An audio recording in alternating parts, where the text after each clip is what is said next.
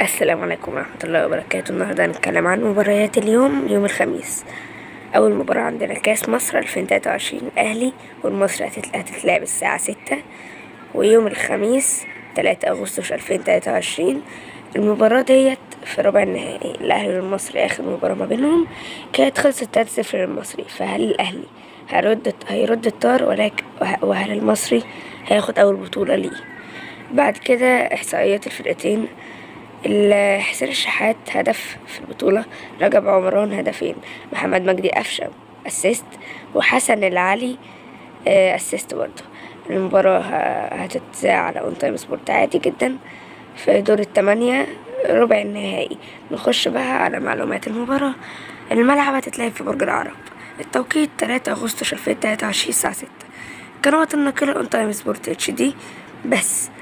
الحكم هيبقى عبد العزيز السيد. بس كده نخش على المباراة اللي بعديها، اللي هي مباراة النصر ضد نادي الزمالك. مباراة النصر ضد نادي الزمالك آخر جولات البطولة العربية المجموعة الثالثة.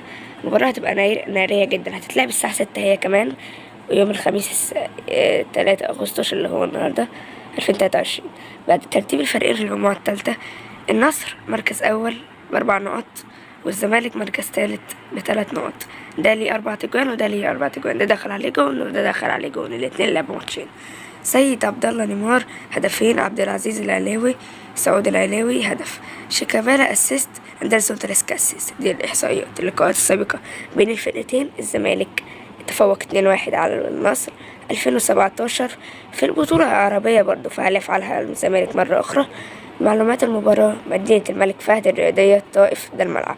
التوقيت 3 أغسطس 2023. القنوات الناقلة SSC فقط سبورت وليس اون تايم سبورت. المعلق بلال علام: هل سينجح النصر أم سينجح الزمالك؟ اكتبوا في التعليقات. بعد كده هنخش على المباريات العادية في البطولة العربية. الشباب والاتحاد المنستيري الساعة 6 هتتلعب يوم الخميس اللي هو النهاردة. وبعد كده الشباب بلوزداد ونادي الكويت هتتلعب الساعة 4 يوم الخميس برضه اللي هو النهاردة. والوحدة والرجاء البيضاوي يوم الخميس اللي هو النهاردة الساعة 4. كلهم آخر الجولات في البطولة العربية، ومين هيصعد ومين هيهبط. بطولة رائعة جدا وهيبقى فيها تنافس قوي. ومباريات اليوم الرجاء وشباب بلوزداد والشباب والاتحاد المنستيري مباريات قوية جدا. المباريات بقى اللي اتلعبت الفجر وخلصت النهاردة: تشيلسي وبروسيا دورتموند، المباراة خلصت 1-1، كانت تتلعب الساعة 3:30 فجرا النهاردة الخميس. بعد كده يوفنتوس وريال مدريد، يوفنتوس يتفوق على ريال مدريد ويسحق ب3-1. المباراة انتهت وكانت بتتلعب الساعة 2:30 الفجر يوم الخميس اللي هو النهاردة. بس كده، ده كان مباريات اليوم والفيديو بتاعنا، والسلام عليكم ورحمة الله وبركاته.